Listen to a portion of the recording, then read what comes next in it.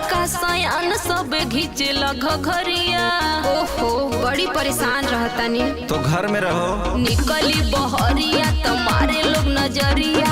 लइका सयान सब घिचे लग घरिया। असजीव बिया की मर जयती। तो सुनिए तनी ताक दे तू तकला से जर जयती। बिना गंगा में हो बिना गंगा में नहइले हम तर जयती। तनी ताक दे तू तकला से जर जयती। बिना गंगा में नहइले हम तर जयती।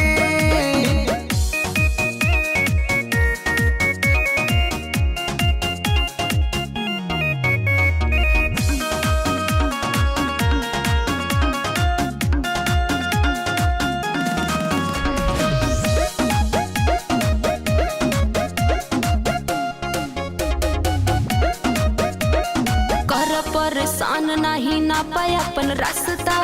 नहीं तो खराब कर भाल जैसे खसता। बुझाइल आरा से बिलोंग करती हो क्या? हमारा तो प्यार के जैसे ठुकराइबू। बात माना ये करे जा बड़ी पछताइबू। अरे जा हवा होई जाए तो बाबू जे रगोर जोईती। अर्जुन समझियो क्या? तनी ताक दे तू तकला से जर जयती। बिना गंगा में हो बिना गंगा में नहइले हम तर जयती। तनी ताक दे तू तकला से जर जयती। बिना गंगा में नहइले हम तर जयती। अरे जा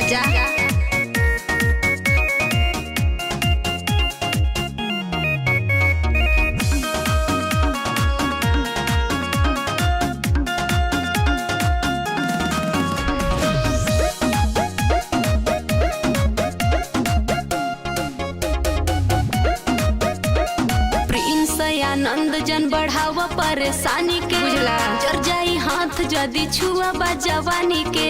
मान जा बड़ी आग बा। हाँ तब बुझाइए देंगे।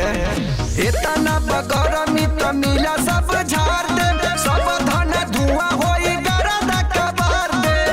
दुर्गा बिजोले के तार जसली पोट जोईती।